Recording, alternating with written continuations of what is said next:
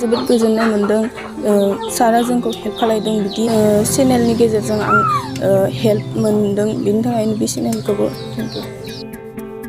NEET आनजादाव उथ्रिसार जानो हानाय फरायसा उजाला रानी बर'नि नखराव बिटिआरनि बुंथिगिरि कातिराम बर'नि आगान। बिटिआर आयेन आफादनि बुंथिगिरि कातिराम बर'आ उजाला रानी बर'नि MBBS फरायनो थाखाय रांनि गोनांथियाव मदद होफैदों। थांनाय माखासे सान सिगां आर'नाइ रादाबाव सन्जय खुंगुर बर'नि केन्सार बेराम आरो उजाला रानी बर'नि नीट आनजादाव उथ्रिसार जानो हानाय लोगोसे नखरनि रांखान्थियारि आंखालनि सायाव रादाब फोसावनाय जादोंमोन। आसाम सरकार आरो बिटिआर सरकार लोगोसे रायजो राजानियाव आर'नाइ रादाबनि गेजेरजों राङारि मदद बिनाय जादोंमोन। लोगो लोगो गोबां आफादनि दैदेनगिरि आरो रायजो राजा गोसो अनफावरिफ्रा खौरां लाफैनायजों लोगोसे एसे एनै राङारि मदद हरनायखौ नुनो मोन्दों। बेजों लोगोसेनो बिटिआर आयेन आफादनि बुंथिगिरि कातिराम बर'आबो खौरां लाफैदोंमोन। दिनै बेलासि समाव बिटिआर आयेन आफादनि बुंथिगिरि कातिराम बर'आ उजाला रानी बर'नो MBBS फरायनो थाखाय राङारि आंखालखौ सुफुंनो थाखाय राङारि अनसुंथाइ होफैदों। लोगोसे इयुन समाव दान मोनफ्रोमबो राङारि मदद हरगोनखौ खोथा होलाङो। बिटिआर आयेन आफादनि बुंथिगिरि कातिराम बर'निफ्राय एडमिसननि थाखाय राङारि मदद होफैनायनि थाखाय लाख'हायै गोजोननाय मोननायखौ फोरमायदों उजाला रानी बर'आ। लोगोसे जाय गोसो अनफावरि बिथांमोना एसे एनैब्लाबो राङारि अनसुंथाइ हरदोंमोन बिथांमोननिसिम गासैनोबो साबायखर बावहरदों। जोबोद गोजोननाय मोनदों सारा जोंखौ हेल्प खालामदों बिदि इमान डिफिकाल्ट सिचुएशनाव आंनि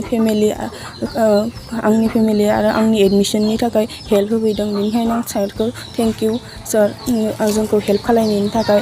आरो बे चेनेलनि गेजेरजों आं हेल्प मोनदों बेनि थाखायनो बे चेनेलखौबो थेंक इउ। जोङो मोनथिगौ दे नभेम्बरनि 2निफ्राय 4 खालारसिम जे मेडिकेलाव एडमिसन बे मेडिकेलनि एडमिसना जासिगोन आरो बै हिसाबैनो तामुलपुर जिल्लानि बारेगाव होननाय तामुलपुर ओनसोलनिनो मोनसे गोरिब नखराव उजाला रानी बर' बे उजाला रानी बर'आ गावनो नाजानानै मेडिकेलाव एडमिसन मोननो थांगासिनो दङ।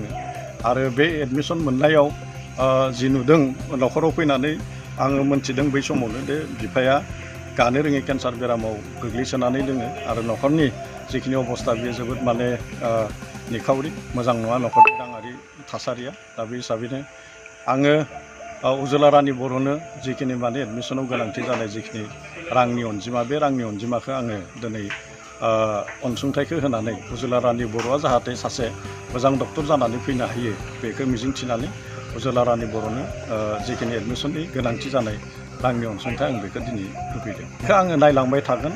आं बुंखाबाय बे उजाला रानी बर'खौ बुंखाबाय दे मोनफ्रोमबो दानाव सोलिनो थाखाय बेहाय मोनसे मिनिमाम मोनसे जेनुइन मोनसे खरसा थागोन। बे खरसाया बेसेबां फैयो बेखौ आं फोरमायनो थिनदों आरो बेखौ आंनि जिखिनि हानाय बेखिनि हानाय परिस्थितिखौ नायनानै आङो मदद होलांनो थाखाय सानबाय थादों आरो थारैनो बेखौ एसे मदद होलांबाय थानो हागोन आं बेखौ मिजिंथिदों।